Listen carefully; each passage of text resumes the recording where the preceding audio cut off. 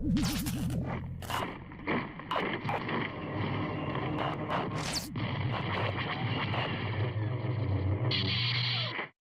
only back in 2024. I was going to go in 2023, and then I decided to make a really stupid decision to get my career started the same month. And so obviously I didn't have the time off built up to go. So I ended up going instead in 2024.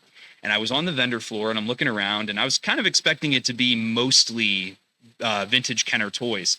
And then I saw this one booth that had all these Clone Wars figures, and suddenly I was transported back. If you watch my channel, then you've definitely heard the story 1,000 times over. But back in 2008, I saw my first Star Wars movie, and it was, of all the movies, the animated Clone Wars movie. By no means is that movie considered the best Star Wars movie or even the most watchable Star Wars movie. But for me, as a 7-year-old going and seeing that movie, that was such a special experience. And I was totally enamored with Star Wars, more so than I had ever been in my very young life. And I remember right after we saw the movie in the theater, my dad took me, my sister, and my cousin, who he'd brought to the movie, to our Target across the street. And I saw on the shelves just walls and walls of pegs of Star Wars toys. And I picked out a Captain Rex Star Wars action figure. And then transport me 20 years later almost, I have Captain Rex's J-Guys tattooed on my left shoulder here. So that's kind of shows how the passion for Star Wars can develop in something that, even as simple as the Clone Wars movie, has made me a lifelong fan, as opposed to those original 3 movies or even the prequel trilogy. And so when I got that first action figure, that is what I would argue, that moment is what made me a super fan of Star Wars, more so than even seeing the movie in the theater. It was getting that toy of that character that I got to watch on screen and I thought was super cool. And that is the shared experience that all generations of Star Wars fans have had, is playing with the toys, creating your own adventures outside of what you saw on screen. I also realized that I'm very lucky to have grown up in the age of social media and the age of watching video on demand and, recording things on cable back in the day, in VHS before that. Because back when the original movies came out, that was it. You couldn't go put it on Disney Plus. You couldn't go watch clips on YouTube. You just saw the original 3 movies, and the toys were the only thing that you had to either reenact what you saw in the movie or, again, create new adventures and fill in the gaps left by the movies and the timeline. Especially, you had 3 whole years between releases of the films back then. And in the age of social media, where everything is so lightning fast and everything's coming at you so quickly all the time, it can become very dizzying. And it's hard to imagine a time where, it was normal for people to sit around and wait years for the continuation of a story, and to go years without ever seeing that last chapter again in story form. So the toys have always been an experience. It's not just the things. It's not about as much as, and it's so cool on top of that to have, carded figures versus loose figures versus graded figures, and showing like a one-of-a-kind item that you have in your collection. And there's a story behind all of it. These aren't just things. They're not just items with a price tag on them. Behind every single figure, behind every single card back, there is a story and an adventure that our inner children had. And going back to that, we're all very familiar with how, real life sucks. We have bills to pay, we have things to do, we lose family members, we get new family members, but you get transported back in time when you get that first experience of seeing that toy that you haven't seen since you were a child. And it could be loose, it could be beat up, it could be pristine, and that's different varying degrees of how, no matter what situation we're in life, you could buy a $1 figure, you could buy a $1,000 figure, and it could still give you that same feeling and remind you of the passion as to why you became a Star Wars fan and why this IP and this community is so special. And I've been really happy to see how my generation has kind of taken the passing of the torch in a way, because the original trilogy generation now has kids that we're starting to get to the point. My dad was born in 77, or my dad was born in 74. He's probably looking at this right now saying, I wish I was born in 77. My mom was born in 77. So he grew up with the original 3 movies, and he has memorized every single line of all 3 of the movies. You could have the movies on mute, and he could sit there and recite exactly how every single character says every single line of those first 3 films. That's a kind of super fan that my dad was. And I would say, I tell most people, he's probably one of the only people in the world that I would say is a bigger Star Wars fan than I am, because I can't recite an entire movie, let alone 3. So growing up in that, there's that passing of the torch. Now I'm in my 20s, and I'm about my dad's age when he had me. And now I have the disposable income, and I have plenty of friends. There's these 2 losers sitting in the audience over here that are 2 of my friends. We're all of similar age. We all grew up with the same Star Wars, and we have become so enamored by the collecting aspect. And when we talk about the figures that we're picking up, when we see those figures, it's not going to be the same kinds of characters that the original trilogy generation has an attachment to. But it's kind of funny how the characters are equally as obscure. For the original trilogy generation, people are enamored by Yak Face or Hammerhead or Squid Face. And, you guys know all the real names of the characters, Tessic and Moma Nadan. And that's how we are with clone troopers, with the repainted clone troopers from the Clone Wars. Oh yeah, that's Commander Stone, that's Denal, that's Buzz, that's Draw. And people look at you like you got 5 heads. Like, how do you even know that? But for me, it's an instantaneous, I see it and I recognize it. And that's another thing that we share in this generation. So I was talking about briefly before, I had gone to my first ICCC in 2024, and I saw this booth run by the great Daryl DePriest, who I hadn't met at the time, and now I can call a personal friend. He had all these Clone Wars figures that he was looking to get rid of, and he chose to go, for whatever reason, to that particular year for ICCCon to get rid of those figures.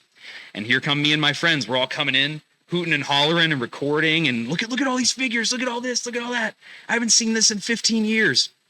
And he has told me since then that in that moment, that was the first time that he had seen that thing that he had hoped for back in 2005 when he first started making Star Wars toys for Revenge of the Sith. That he hoped that in 20 years, the same thing would happen with the prequel Clone Wars generation that happened with the original trilogy generation, where we would come back after we've left college and had our fun and, maybe had too many drinks and, done some questionable things. Then we come back in our young adult lives, we get some jobs, and we look back to the simplicity of our childhoods. And Daryl said it's something that he calls the 20-year rule. And he said it was that theory that he's had for 20 years, and it came true almost exactly 20 years later in the form of the prequel Clone Wars generation, having that same passion for the same kinds of things that his generation had the passion for, whether it was G.I. Joe or Star Wars or Transformers, you name it. And that is something that I had hoped to see passed on to the next generation. And I was a little bit worried that it wouldn't happen in the age of, social media and digital media. Everything is on a screen. Nothing is tangible or physical. And then I took my little nephew, who's 6 years old, to go see The Mandalorian and Grogu on opening day. And similarly to the Clone Wars movie, was it the best thing I've ever seen? No, absolutely not. Was it the most amazing Star Wars that I've ever laid eyes on? In no way at all. But it was a fun story, and much like the Clone Wars movie, I would look over to my nephew, and my brother-in-law would be telling him, like, all right, you got to go to the bathroom. Like, come on, you're gonna wet yourself. Get to the bathroom. And he's staring at the screen. No, I'm okay, rocking back and forth in the chair. And in that moment, I saw myself when I was 7 years old watching the Clone Wars. And I went out to Walmart. Thankfully, they still make some kids' Star Wars toys. I found a Mandalorian and a Grogu, and I picked those up. And I grabbed the kids' version of those toys. I handed those to him. Maybe a week later, we all got together, I think, for Memorial Day. And I watched his face light up. And he was like unpacking them and figuring out how to fit the spear in Mando's hands and how to put the jetpack on his back. And, oh, Grogu can go in the little hover pram. And, oh, we can make him go around that way. And he had to make sure we were getting ready to leave. And we had to make sure he had all the pieces. And I saw myself in him in that moment. And I said, there is going to be another generation of Star Wars fans, and it is because of the same reason that I and so many others have become such big fans, and we maybe in vain defend the quality of the prequel trilogy, but it's ultimately because of that shared passion, and the toys are the catalyst for that shared passion. Now, if I believe I'm doing well on my time here, our surprise guest may be showing up in just a moment. Am I correct? Yeah? All right. So let's see, what kind of filler could I give you guys here? Well, let's put on an episode of The Bad Batch if we want to watch some filler, and we can get The Bad Batch going here, right? How do I feel about the HasLab Republic gunship? Well, I only did a 6-hour live stream about it, and I did a video about it. Yeah, that I hated it. How many did I order? Well, I do call them the 7 deadly lats when they do show up in September. Hopefully they don't get pushed back. And number 8 is on the way because my good friend 212 Hunter, obligatory 212 Hunter mention if you watch the podcast, he decided to sell his whole collection. So I don't know what's up with that. He's not my friend anymore, but he did tell me that he's going to reserve one of those gunships for me. So yeah, that'll be 8, I believe. So we're going to do I have a big diorama plan. My dad and I are going to build, inspired by the big hollow table in Attack of the Clones, when all the separatist leaders are looking at the Battle of Geonosis. We're going to build, I think we're going to do 8 foot by 6 foot. And we're going to build it with acrylic on top, do some little LEDs on the bottom so it can light up blue.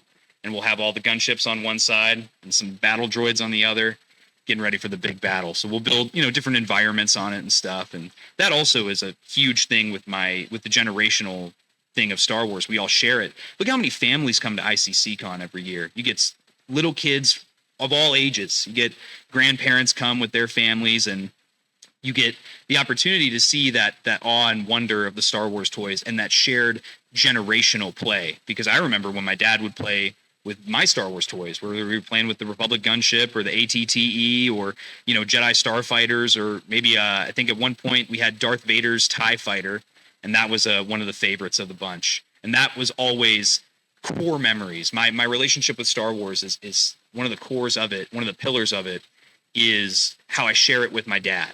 And it made our relationship so special, whether it's building Star Wars costumes for the 501st Legion, whether it's putting together different events and going out and trooping, or just, keeping an eye on the other guys in the 501st Legion, making sure they don't trip and fall, to building dioramas for... We have a question? What's up? A question? What's my grail piece in my collection? It's a one-of-a-kind item, and it is an autograph from Dave Filoni with a sketch of Captain Rex that was drawn in 2010 when my dad went to go meet him at his alma mater. We live 30 minutes away from Dave Filoni's alma mater, Edinburgh University in northwestern Pennsylvania. And Dave came out and did an alumni speech for all the animation majors. And of course, Clone Wars was coming out. I was obsessed with it. And I remember before my dad went to go meet him, he asked me, he said, "Tommy, if I get the chance to talk to him, do you have one question you would ask Dave?" And I said, "Yeah. Will there ever be a Wookiee Jedi?" That, for some reason, was my question. And I know, and come to find out, Daryl DePriest told me that up until Gungi became a thing in the Clone Wars, that Wookiee Jedi were a no-no. You did not. It was one of 3 things George always had with Hasbro. Wookiee Jedi are a big no-no for whatever reason. And I remember, I think at the time, it would have been 2010, so they were on season 3, working on season 4 of the Clone Wars. Dave did a speech. My dad had the opportunity to meet him off to the side. He said they talked for about 10 minutes, talked about how genuine of a guy Dave Filoni is and how passionate he is for Star Wars. And my dad said, "Yeah, if you have a moment, I'll ask you." My son had a question. He's like, "Of course." And he said, "Is there ever going to be a Wookiee Jedi?" And he said, Dave kind of sat there. If you've ever watched Dave do interviews, he kind of like looks side to side and he smirks. "Well, I don't know. Maybe one day." And then, of course, Gungi comes out in a subsequent season. So I like to believe that there's a special connection there between that question being asked and then Gungi coming out in the later episodes and then being alive in the Bad Batch and stuff. So any Gungi merch that comes out, when it does, maybe once every 12 years, I always make sure to pick it up. That character is special to me for that reason. But yeah, so it's a frame. My dad framed it. It's a photo that he printed out of Dave Filoni. I believe it's with the Yoda fountain statue in California. And so it's him. Dave Filoni signed it. I think it says, "To Tommy, may the force is with you," and a doodle of Captain Rex from about the chest up. So it's pretty cool. Ban him. Ban Darth Moocher right now. Now, unfortunately for you, Mooch, I can't call Lobot what I really want to call him because we're keeping it PG on the podcast stage. But if you watch the Sarlacc Digest Toy Chest over on the Sarlacc Digest YouTube channel every Monday at 8:30 p.m. Eastern, then you'll know what I really feel about Lobot. And by the way, yes, we could ban him. Get rid of him. Yes, get him out of here. But yeah, it's the Star Wars, the generational aspect of Star Wars, and how the story of Star Wars itself is generational. It's about family. It's a soap opera of the original 6 movies, especially. And we see that time and time again through stories of found family in all of these shows. I obviously am way too partial to the animation because of the Clone Wars, especially. So I love seeing stories like the Bad Batch and the Tales of series. Some are better than others, and some I kind of roll my eyes at. Others I think are some of the most amazing things I've seen, like Maul Shadow Lord. But man, time and time again, I see these amazing stories that are told through the animation. And that's another thing that I've been able to share with my dad is we've always been able to connect through Star Wars animated projects. And my little brother, who is 15 years old, he also shares that same passion for the animated Star Wars, even though it came out before he was born. And that's another thing with Star Wars is we get to share those stories from before we were born, passed down from the generation before us. Obviously, I wasn't old enough for the original trilogy, but my earliest memories of life are sitting in the living room, and on the big box TV is A New Hope playing, and my dad's folding the laundry next to me. And that's some of my earliest memories of life, or seeing the trailers on cable TV for Revenge of the Sith and going, Dad, can I go see that? Oh, your mom won't let you. It's PG-13. And being crushed. And yeah, it's moments like that. It's not just about the Star Wars. It's not just about what we watch on TV. And it's definitely not just about the plastic figurines that we purchase all the time. 10 times out of 10, it's the story behind it. It's what the figure means to you. It's what the media means to you. And ICCCon is the perfect representation of that, where we can all share those similar experiences together. And people that you've never met, complete strangers. I'll sit there. These guys know over here because we were supposed to be setting up 1200's booth yesterday, and then I got caught up in a 30-minute conversation with a guy that I've only seen once before. And here I am babbling about, holding a cart full of bins. I'm babbling about Star Wars and this and that and action figures, and they're looking at me like, "Come on, man, we gotta keep setting up the booth." And then I'm like catching myself, but you don't get that at places like ICCCon, And I believe my surprise guest has arrived. Welcome in. How are we feeling after the panel? Feeling good? All right. I'm not going to ask you too many questions, just about your thoughts on the social and economic state of the world at the moment. Yeah, well, how we doing? Good. Tom? Bob Moore. Bob Moore, nice to meet you. Everybody, this is Bob Moore from the Star Wars Kenner team back in the day. You started in 1980, correct? 1979. Yeah. 1979. Yeah, so you were there almost since the beginning. Close. Yeah, and I understand this is your first convention appearance. Yes, I've always had work to do. Yeah? So you decided to make some time for ICCCon? Well, I got to be 77 years old, and I think it's high time I called out from under my rock and come check this out. Well, it's a pleasure of mine to be able to talk with you here. So you started in 79, and this being your first convention, how are you enjoying it so far? Oh, it's really great. You know, Michael's been very good leading up to it. That's good. I was always invited, to pretty much all of them. Mm-hmm. Some of it was just a little too much hoopla and hullabaloo, Yeah. Didn't know exactly what, and then the long travel. But this was convenient enough to drive from Cincinnati. So you drove from Cincinnati, yeah. So that's 5 hours, 6 hours. It is. Yeah. Whatever you do, don't go through Louisville. They'll go through Lexington. Come out back. Yeah, we learned that the hard way coming through. We came through because I'm from northwestern Pennsylvania, so we drive about 10 hours to come here every single year. Did you go through Louisville? Yeah, we did. Unfortunately, Cincinnati's not a bad drive though. No. But so what questions have you already been asked? That way, we're not just rehashing what you just talked about. Pretty much from the beginning, what my interest was. Why did I end up a sculptor? Was I always a sculptor? Which you can't say yes to that, because I couldn't spell the word. How could I be a sculptor? As a kid, I guess I just whittled or something, but nothing serious. But when I went to the Art Institute, Fort Wayne Art Institute, I was privileged to have a really good sculptor named Hector Garcia, which I like to mention. This guy raised pigeons in Puerto Rico to make it to America. Really? And he comes from there to Manhattan. Wow, is right. But he ended up in Indianapolis and he was a very, very good figurative sculptor. So I was fortunate to have my training, classical training, as a figurative sculptor. That's awesome. So that led, of course, to Star Wars help too. You know? Of course. Yeah. Yeah. Honestly, some of your work are some of the most recognizable faces, or could we call them faces in the terms of aliens, in all of Star Wars toy history. You were the reason that the first generation of Star Wars fans got to have toys to play with that look so iconic and are instantly recognizable to this day. I appreciate your kind words. You know, I'd like to put a little shade, if I could, on my mentors. You know, of course. You know, you can be an artist, you can be a sculptor, but in terms of toys, if there's not someone that instills in you what the art of a toy is, both. Of course. I ended up as a girls' toys and Star Wars was because I'd had Star Wars, so I did it 15 years. That's a lot of product cycles. But always, girls' toys were always tougher.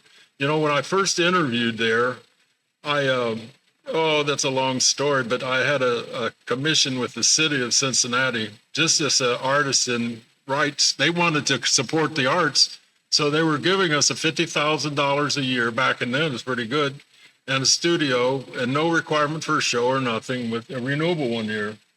Well, I moved, my wife and I, from Carbondale, where I'd gone to graduate school, and the guy shows up and says, we all show up there, 6 or 7 of us that have been awarded these grants.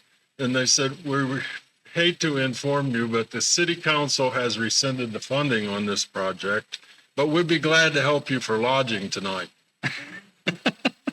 It's like, did he just say that? Were those real words? So didn't need the lodging since I already had a house, but my wife was able to get some work, right away at the Boy Chemical. And I'd had a menial job that I got at the University of Cincinnati, just buying artwork for new construction. That's awesome. And eventually, I read in the paper that they're looking for sculptors and want ads, corporate sculptors. And I'm thinking, this can't be right. I make messes and stuff. My gosh, But sure enough, I called them and I went the next day to see her and said, yep, they want a real sculptor. And she set me up, said it's at the Kroger building, which is where Kenner was located, and to see John Gardner.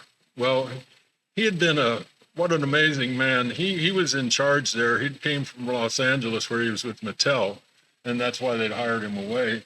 But he was an embedded war correspondent in World War II. Oh, wow. Still photography, fighting and stuff. And he's just a phenomenal talent to it at sculpting. But he had everybody do a baby doll head.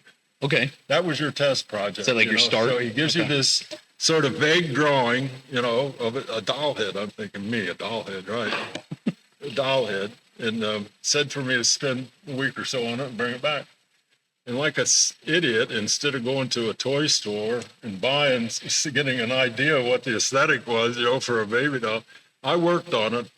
But I worked on it parts of 2 or 3 days. And finally, the 4th day, it starts coming together. And I think, okay. So I went back to see him, and he, you can't ever appreciate it, because he became my mentor afterwards. But he looked at it, he said, Bob, well, this is pretty nice. It's soft. He said, it's kind of realistic, I said, I'll call you in a week or so and give you another project. And he gave me they had a mechanism and a little basketball player. He was pretty neat. You wind him up and he'd just dance all over, with the bounce. Yeah. And so I modeled that guy up. But he had made the condition when he came from Mattel that to the senior people, the president and who was in charge, engineering was driven, the rest of us, that if they hired this one person and brought him from Mattel, he was going back to California. Well, they hired him. Wow. I won't say his name because he actually became kind of a mentor to me. Okay. But he went back to California, so boom.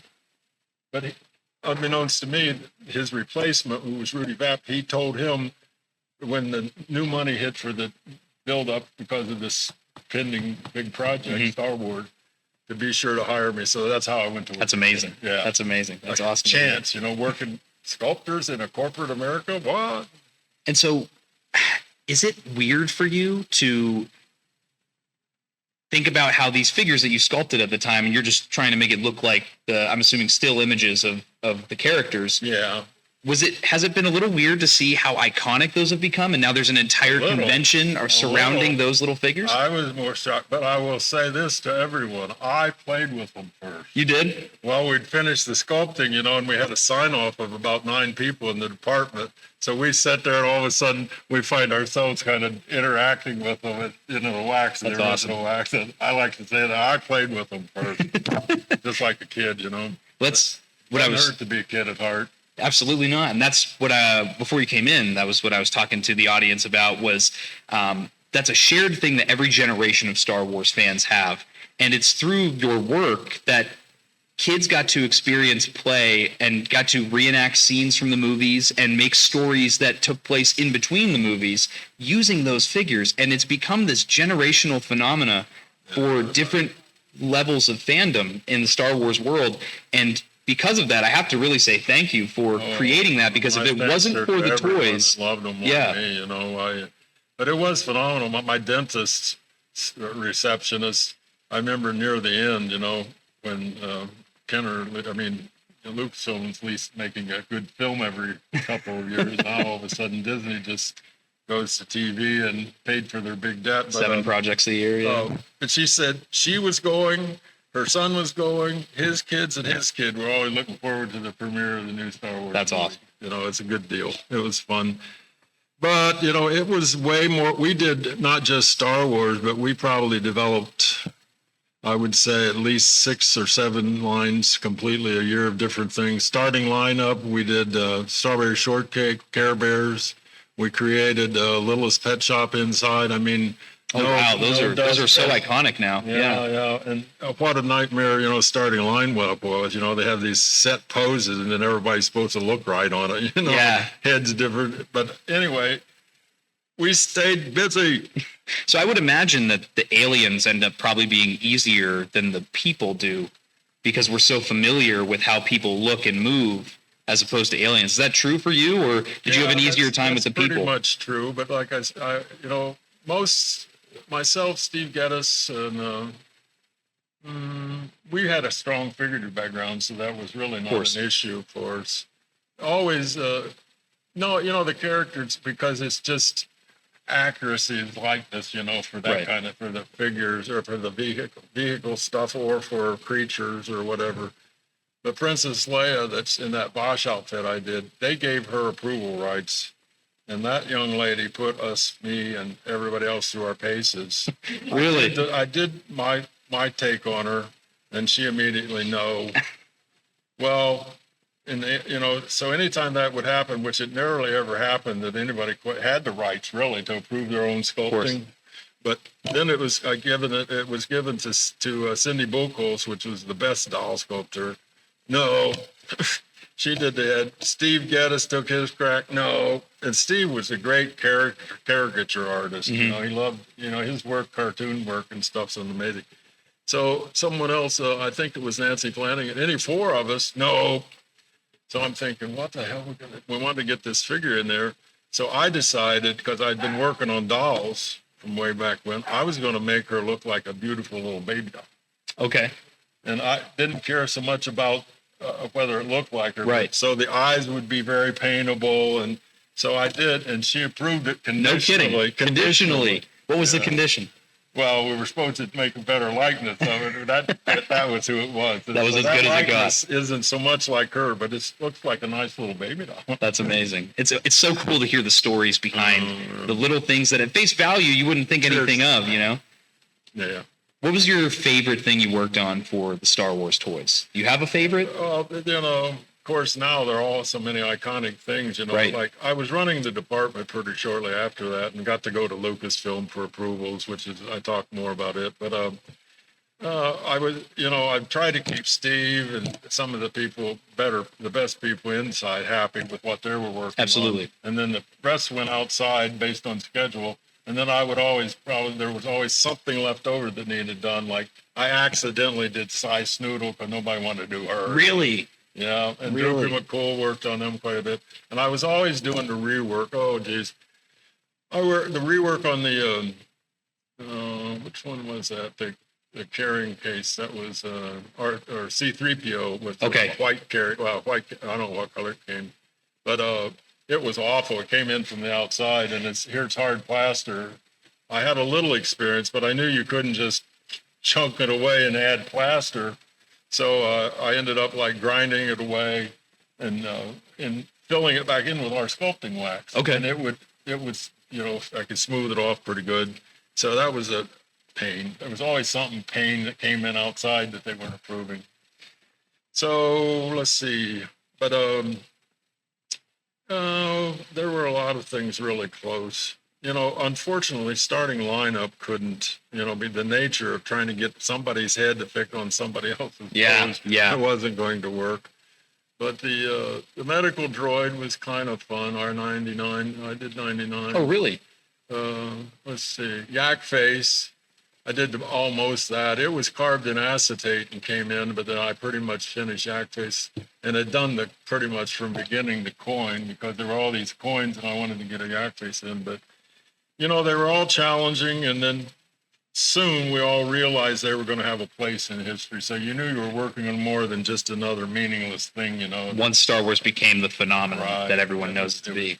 Here we are almost 50 years later. 50 years. Yeah, I was 30 years old. I'm 77. It's a good looking 77, though. That's good, yeah. Oh, you feel it, though. You feel it. It talks to you. Your body says funny things to you at 79. So I guess my next question for you would be, have you, looking at like current Star Wars toys and the level of detail that they get in the sculpting and things like that, do you still feel like there is good knowledge to be had in the method that you guys sculpted with the wax, like you mentioned? Well, my other mentor was Joyce Christopher, who was head of Mattel, and it's in Barbie's run, and she actually created the Skipper doll. That's real fast. That became really popular in Europe and almost knocked Barbie off. Really? Was more interested in Skipper. Okay. And so they pulled it from Mattel because they were wanting to generate this thing with Barbie back then. And but instead she became head of the department, go figure. But she said, and I think so true, that the Sculptor, she never liked the fact that they would pass projects around, which they liked to do it all the time. They didn't want us to have total ownership, I think, or something. And then they even legislated away our rights to our own sculpting. Really? Instead of just the Rebrielle. Okay. More for just locally, for their internal use.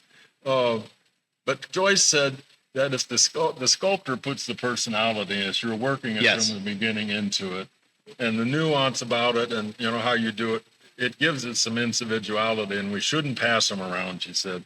But now imagine AI defining everything. But now I guess they're programming some personality. Yeah, a personality icon or something you can use or whatever. I don't know. But she's right. I liked all the toys better like that bear the hallmark of the actual sculptor, and their personalities. Right. And what Disney's just paying the bills, it seems like with so much of it. I like the dynamic we had where every year or two there's a new movie and everybody got excited and they had a big debt to pay. So that's kind of how I feel with newer Star Wars now. Myself and a lot of other action figure collectors feel that there's so much new content coming out. They can't even keep up with the toys because they can't even finish covering one show or one movie. And there's already 3 more projects coming out that they have to get ready for and a lot different slots for. So I think that's also very uniquely special about that original toy line. You guys got to really dive deep into the character catalog and really get some of those wacky designs that they can't get to most of the time nowadays because of all the media. But having said that, our schedules were horrific too. We didn't near have what we wanted because, like I said, if you develop 10 lines, and then back in the day, toys only had a 1-year life. We produced from new products 70% really a year. Then nothing until Star Wars had any kind of life. And look at Star Wars had what, almost 10 years or something. Yeah, absolutely. But it was a busy. We were busy, but we took full advantage of things too in sculpting. We knew we had them over the ropes a little. Now the coins, was that you said you worked on the coins the ladder figures for like Return of the Jedi?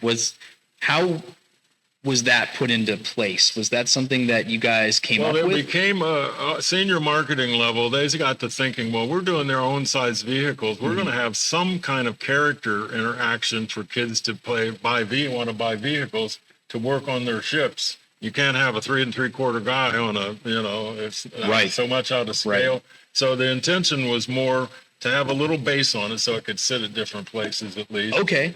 That's why there were bases in a static pose.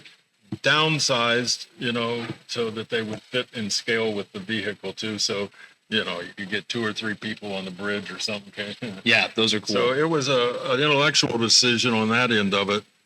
And then it was nice. We were like playing junior Rodins or something, exaggerating poses. Yeah. 4-to-1. Yeah. Trying to make it so it would actually maybe see it. That's fun. At the downside. Now, if there was something you could have made that did not get made, what would it have been? I would say probably a third of or never produced of stuff we did do. Anyway, Unproduced. Okay. And then I kind of bothered me. My very first was a micro Darth Vader. That I have some of them here too. But they didn't. Lucasfilm didn't think there was enough fluidity and flow in his case. Interesting. I'd done it more just like streamlined blowing in the wind instead of those Big ones billowing. that really were Yeah. puffed up and stuff.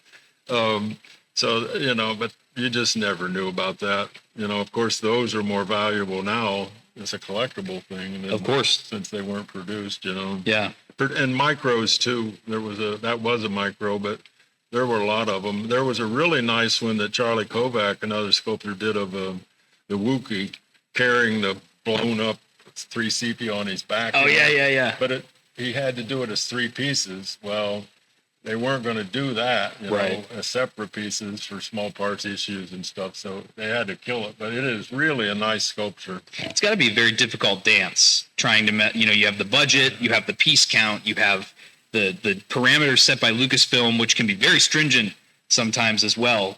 And it really shows the genius of the final product because of all those things guys have to work around when you're sculpting the figure. Well, too, I don't know if I've always, it was kind of the zenith of, posability. Right. Before then, it was G.I. Joe, that you could do collectability and stuff, but they still were pretty static. Of course. And that's all credit to Michael Oppenheim. He was a German engineer, unbelievable guy. He was one of those boys from Brazil. And I tell you, he would come into his family had sent him to Argentina to escape, horrible stuff going on in Germany. And he could come up in my office, he'd come in that room and he'd click his heels and it would send chills through your body, because I thought, I know where he learned that, it's like, he just loved doing that to you, it's funny. And people didn't like him because not just that, but he was real pushy, as was he really? Engineer. But he was the one that came up. We had an adjustable armature because tooling was so concerned about everything being at right angles with a set drafting point. He had a little T that he had set the angles of the legs, and then it was milled out, and you could adjust it up and down for the arms. Really? Yeah, opposability to it. That's super cool. And it worked really good, and it kept us in the beginning pretty much at right angles. Because they would make you make nests, which is these little plaster things under your wax, and then work the parting line that instead of it up and down a little bit on the they wanted it flat, so for easy production. To make it easier. And it helped control that. That's really cool. That's very neat. On and on at that Kinder Products. But they were a great toy company. Of course. Well, Bob, thank you for joining me on the podcast stage here. Thank you for answering some questions. Michael Havens and his wife Andrea too. They've been very nice. Mr. Havens is one of the most passionate and genuine Star Wars fans I've ever met in my entire life. And awesome you guys, guy. hey, thanks for listening. Of course. But with that, everybody, that's going to wrap up this episode.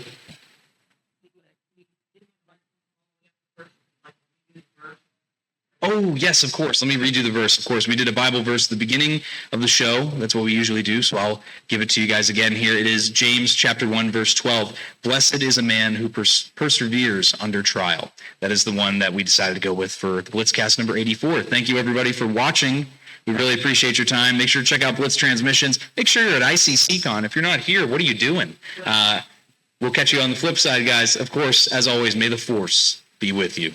Breaking off. All units, fire at will. 4-2, pick a target. Too many, Captain. Watch your stabilizer, Gold 6. Anybody, cover me. I got 2 vultures on my tail. You've got to hold them here. Watch your left. I can't shake them. I'm hit.